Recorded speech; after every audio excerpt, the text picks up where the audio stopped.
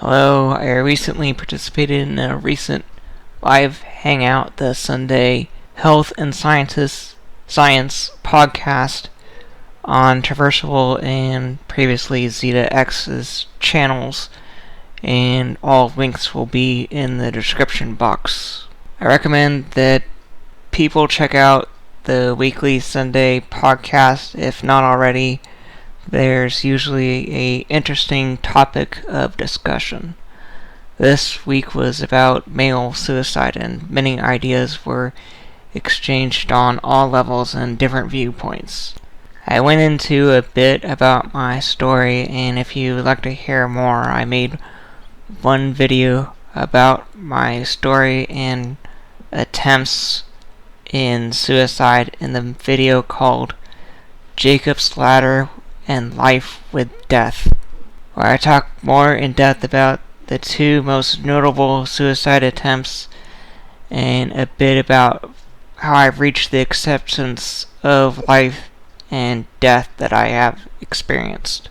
Also, after participating in the recent male suicide webcast, it has got me thinking and brought up some old memories and views on suicide and death that I have yet shared here, or it might be difficult for some to understand my view in a bit on the topic of how psychological damage can manifest in a physical form.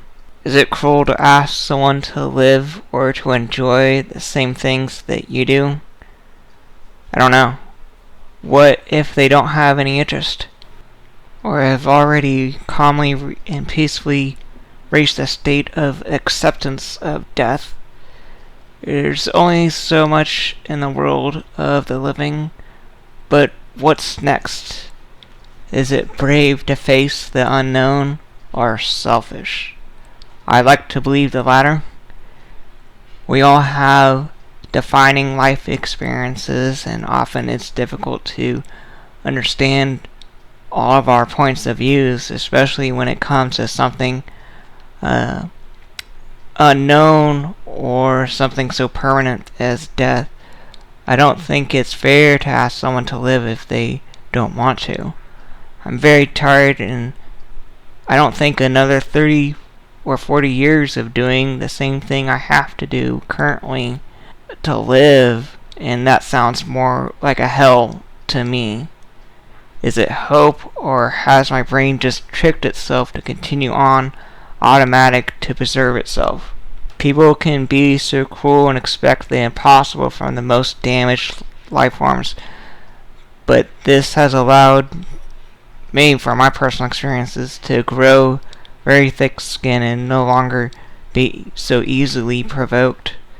Here's a few examples of some dehumanizing statements of what people do not like to see by both men and women that I have experienced.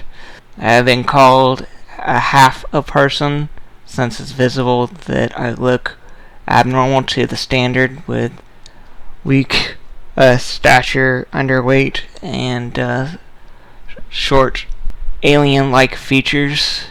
During my youth, when girls were spending time around my friend, one of them looked at me and then threw a public scene about how awful it was. And there's plenty of more stories, but that's just two of psychological damage, and I'm pretty sure that it may manifest physically in different ways. However, for now, I enjoy what I can, but I know someday will not be enough, and that day seems ever closer each day. My soul thirsts, and there's nothing on the earth that can quench it.